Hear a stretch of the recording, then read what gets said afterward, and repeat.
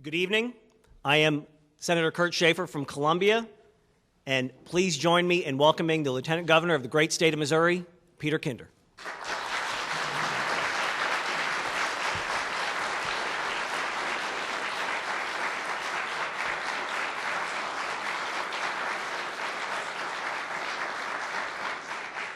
Thank you and good evening. It's an honor to speak with you tonight and with the many Missourians watching this broadcast at home. These are tough times, and I know you're here tonight and watching at home because you want to hear honest answers about the future of our state. 12 months ago, Governor Nixon announced that hundreds of millions of dollars of so-called stimulus funds were heading to Missouri. And despite our warnings, he irresponsibly chose to balance his budget with that money.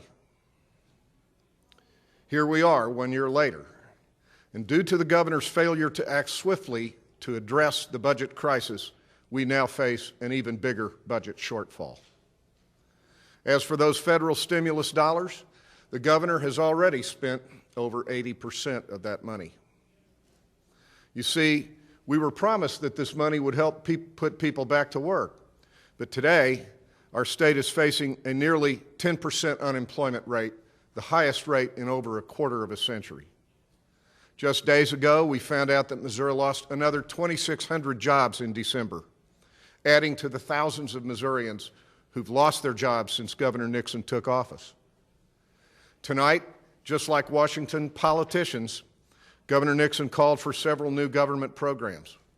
But each of these programs will cost money that we do not have. Now is not the time for ideas to grow the size of government. Our most important goal should be putting people back to work, period. While Governor Nixon made a promise tonight to not raise taxes, just weeks ago, his tax commission voted to raise taxes on Missouri farmers by almost 29%.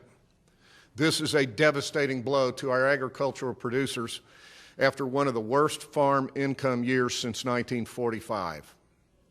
In the coming days, Missouri Republicans will move to stop this tax hike from Governor Nixon.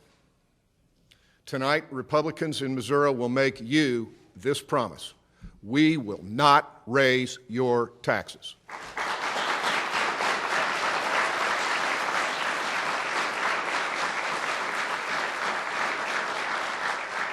Instead, we will tighten our belts and find ways to stretch every dollar, like countless Missouri families do every day. Last year, the governor refused to consult with us, borrowed money from the state's rainy day fund, shuffled money in closed-door meetings, and cooked the books with Wall Street-style accounting. There has been no transparency in the budget process. The governor has kept Missourians in the dark. And when lawmakers passed a bill to make the governor's budget accessible to you online, the governor vetoed that bill. I believe all of us deserve to know how our tax dollars are being spent. You expect your government to live within its means.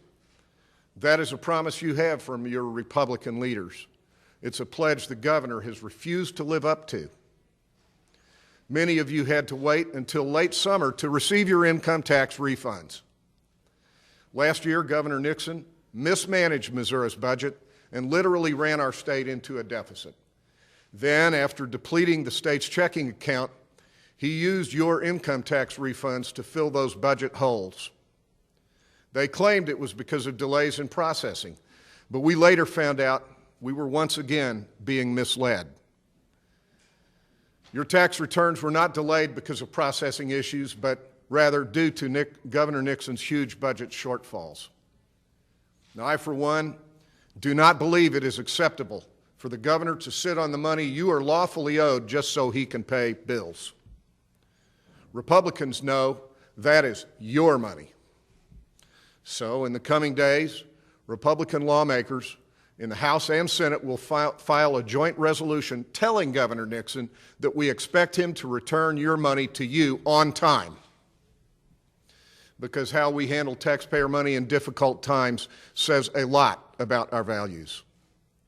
Over the past year, Governor Nixon has slashed funding for education. He has reduced money from your local school's transportation budget. And he has cut funding for scholarships for Missouri students. But he has not made the same sacrifices he is demanding from others. I don't believe that you can effectively propose to overhaul government, transform budgets, and reform ethics when you aren't willing to take those steps on your own. Here are the facts. The governor has the largest and highest paid personal staff of any Missouri governor in our history. I was shocked to learn that while we offered to cut our office budget, the governor actually asked for more funding. That, to me and to thousands of unemployed Missourians, is simply unacceptable. You see, on Governor Nixon's watch, nearly 62,000 Missourians have seen their jobs disappear. That's nearly 170 Missourians losing jobs each day. Last year, when the unemployment rate was much lower, the governor made the mistake of relying on a federal bailout. He dismissed concerns about skyrocketing debt and actually said, and I quote, "If there's debt, Missouri kids and grandkids will pay that debt off," unquote. A truly shocking statement. Our burden should not be passed on to future generations. Instead, we must help Missouri's small businesses create new innovative jobs. That is the only way our state will remain competitive in an ever-growing and changing global market. Right now, leaders in St. Louis are moving forward with the Global Trade Initiative and the Midwest China Hub Commission. These projects are critical to ignite job creation. And yet, to this day, Governor Nixon is dragging his feet on this project. I am hopeful that in the coming months he will finally join us in supporting this significant opportunity. A bright economic future depends on how successful we are at preparing Missouri students for the jobs of tomorrow. That means providing guaranteed funding for our K-12 classrooms and ensuring that our state colleges provide the most innovative learning environments imaginable. Tonight, the governor also talked about reforming the ethics of the political culture in Jefferson City. Republicans support a true ethical review of the Missouri State House, but we must start from the top down. In the past year, lawmakers have credibly charged the governor's staff with offering them jobs in exchange for their votes. The governor has rewarded top donors with the state's most lucrative fee offices and withheld vital health and safety information from the public. Right now, a Senate committee is reviewing the actions of Governor Nixon's Department of Natural Resources. It's a sad day when journalists have to ask the governor who knew what and when. Most importantly tonight, I want you to know that Republicans are standing with you. We understand times are tough, and that means we will oppose anything that threatens to cost you more money. In a corrupt process, President Obama, Nancy Pelosi, and Harry Reid are writing a health care bill that will force hundreds of millions in new state spending and hand Missouri taxpayers the bill. To be clear, that is money we do not have.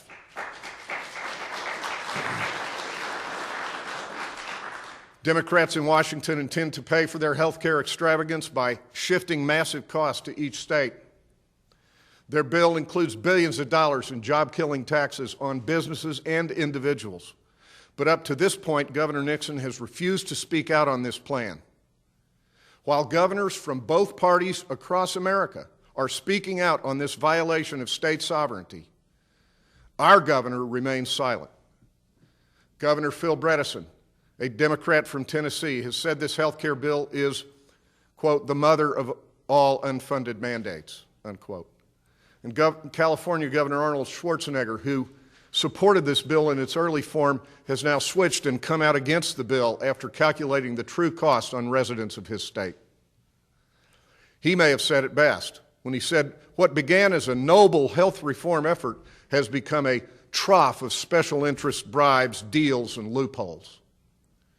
By remaining silent, Governor Nixon is aiding and abetting the Washington Democrats' agenda, And that is unacceptable.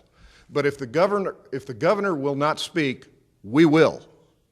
Barely 24 hours ago, the Republican-led House of Representatives passed a resolution demanding that Democrats in Congress stop their dangerous experiment with our health care system. I sent a letter to Governor Nixon a few weeks ago and have yet to hear back. So tonight on live television, I'll pose my question once again. Governor Nixon, will you join us in opposition to this federal health care disaster for our state? You see, Missouri Republicans take health care very seriously. We have continued to fund health clinics around the state so that children of the most low-income families in Missouri can be seen by a doctor for free. The list of these clinics can be found online at www.mokidscovered.com. That website again is mokidscovered.com. Right now, we are also taking the first steps in addressing medical coverage for thousands of families across our state who have children with autism. This bill continues the dialogue and recognizes the importance for lawmakers to work together in finding a way to expand health care coverage for families dealing with autism. In closing, Republicans want you to know that we are standing with you. While some elected officials believe you are lucky to have them in office, we are humbled and honored to serve the citizens of this great state. We take that creed seriously. And while we face challenges and uncertainty, I know we Missourians are a determined people, and together we will rise to meet any challenge.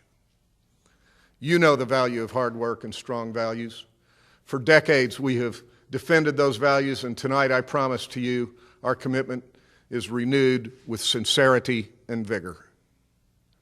We are proud to call Missouri home, and together we will work to build a future that is a better place for our families, children, grandchildren, because of the tough decisions we make here today.